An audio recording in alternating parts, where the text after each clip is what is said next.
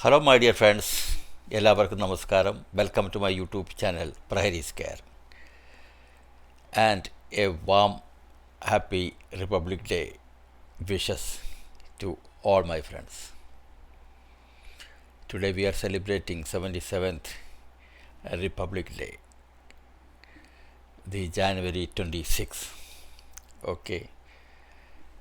So, എല്ലാവർക്കും ഇതിൻ്റെ ആശംസകൾ അറിയിക്കുന്നതിനോടൊപ്പം നമുക്കിതിൻ്റെ ഒരു ഹിസ്റ്ററി ജസ്റ്റ് ഒന്ന് നോക്കിയിട്ട് പോകാം. ഓക്കെ, ഇന്ന് വേറെ മെയിൻ കണ്ടൻറ്റൊന്നും ചെയ്യുന്നില്ല. Republic day is celebrated in India on January 26. Okay, every year to commemorate the adoption of the Constitution of India, which came into effect on January 26, 1950, replacing the Government of India Act 1935. Government of India Act 1935 ആയിരുന്നു അതുവരെ നിലവിൽ വന്നത്. നമ്മളൊരു British ഡൊമിനിയനിലായിരുന്നു. So republic നമ്മുടെ constitution of India നമ്മൾ adopt ചെയ്തതോടുകൂടി we became republic. Okay, അതാണ് അതിൻ്റെ ഒരു സംഭവം. The transition turned India from a British dominion into a sovereign democratic republic with Dr. Rajendra Prasad sworn in as the first president of India. Okay, അതാണ് അതിൻ്റെ ഒരു നമ്മുടെ constitution of ഇന്ത്യയെ നമ്മുടെ അഡോപ്റ്റ് ചെയ്തതിൻ്റെയാണ് റിപ്പബ്ലിക് ഡേ. എല്ലാവർക്കും അറിയാവുന്ന കാര്യമാണ്. എന്നാൽ അതിൻ്റെ ചെറിയൊരു കീ ഫാക്ട്സ്, അധികം ആരും ചർച്ച ചെയ്യപ്പെടാത്ത ഒരു കാര്യം, the date 26 January. Why it is 26 only? ഞാനും ആദ്യമൊക്കെ ചിന്തിച്ചിട്ടുണ്ട്, ഇത് 1-ാം തീയതി എന്തുകൊണ്ടാക്കിയില്ല, 1 ജനുവരി ആക്കിയാൽ മതിയായിരുന്നല്ലോ. 26 ജനുവരിക്കൊരു റെലവൻസ് ഉണ്ട്. The same day in 1930 the Indian national Congress declared പൂർണ്ണ സ്വരാജ്, കംപ്ലീറ്റ് ഇൻഡിപെൻഡൻസ് എന്ന് പറയുന്ന പൂർണ്ണ സ്വരാജ് അവർ ഡിക്ലെയർ ചെയ്തത് 1930 ജാനുവരി 26 പൂർണ്ണ സ്വരാജ് എന്ന് പറഞ്ഞാൽ refusing to accept the British rule. അതാണ്, നമ്മൾ ബ്രിട്ടീഷ് റൂൾ ആക്സെപ്റ്റ് ചെയ്യത്തില്ലെന്ന് പറഞ്ഞിട്ടാണ് പൂർണ്ണ സ്വരാജ് വന്നത്. അപ്പോൾ അതിൻ്റെ ആ ഒരു ഡേ ആണ് നമ്മൾ കമ്മമറേറ്റ് ചെയ്തത് ഇതിൽ. So that is why it is 26 January 1950.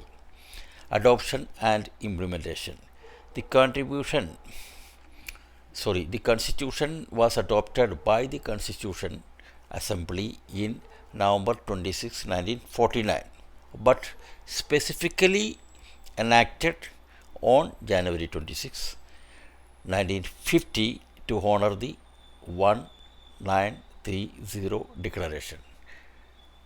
1930 ഡിക്ലറേഷനെ ഹോണർ ചെയ്യാൻ വേണ്ടിയിട്ടാണ് നമ്മൾ ജനുവരി 26 എന്നുള്ള ഡേറ്റ് എടുത്തത് 1950. Okay, the transition. What is transition? It mark the end of India as a British dominion. British ഡൊമിനിയനായിട്ട് അതിൻ്റെ അവസാനം, ബ്രിട്ടീഷിൻ്റെ ഒരു കോളനി ആയിരുന്നല്ലോ, ബ്രിട്ടീഷ് കോളനീൻ്റെ ലാസ്റ്റ് അത് അവസാനിച്ചതാണ് ഈ ട്രാൻസിഷൻ എന്ന് പറയുമ്പോൾ. British dominion and the birth of a republic where the president is the head of state elected by the people. അതാണ് അതിൻ്റെ ഒരു റിപ്പബ്ലിക് ആയതിനു ശേഷം വരുന്നൊരു കാര്യം. ഇൻഡിപെൻഡൻസ് നേരത്തെ ആയിരുന്നെങ്കിലും റിപ്പബ്ലിക്കായി വരുന്ന നമ്മൾ കോൺസ്റ്റിറ്റ്യൂഷൻ ഓഫ് ഇന്ത്യ അഡോപ്റ്റ് ചെയ്തതിന് ശേഷമാണ്. ഫസ്റ്റ് സെലിബ്രേഷൻ 1950 നടന്നത്, ആദ്യത്തെ celebration. The first republic day parade was held at Irwin stadium. Irwin stadium എന്ന് പറഞ്ഞാൽ ഇന്നത്തെ മേജർ ധ്യാൻചന്ദ് സ്റ്റേഡിയം അതന്ന് ഇർവിൻ സ്റ്റേഡിയം എന്ന പേര്, ചെറിയ സ്റ്റേഡിയമായിരുന്നു അറിയപ്പെട്ടിരുന്നത്. The president unfurled the national flag and a 31 gun salute was fired. 31 ഗണ്ണിൻ്റെ ഒരു സല്യൂട്ട്, 31 ഗൺ സല്യൂട്ട് എന്ന് പറഞ്ഞാൽ ഭയങ്കര ഒരു റെസ്പെക്റ്റ് കൊടുക്കുന്നതാണ്. അത് ഫയർ ചെയ്തിട്ടാണ് നമ്മൾ അന്ന് 1950 ഇത് ആചരിച്ചത്. അപ്പോൾ ഫ്ലാഗ് അൺഫർൾ ചെയ്യാണ്, വിടർത്തുകയാണ് ചെയ്യുന്നത്.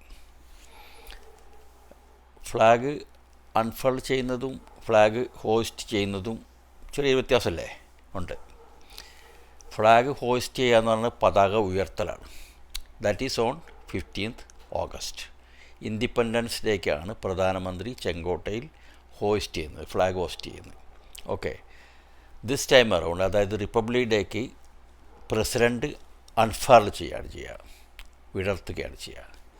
ഓക്കെ, ആ ഒരു ഡിഫറൻസ് നമ്മളത് ആഘോഷങ്ങളിൽ 26 ജനുവരിയിൽ നമ്മൾ ഹോസ്റ്റ് ചെയ്യാൻ പാടില്ല.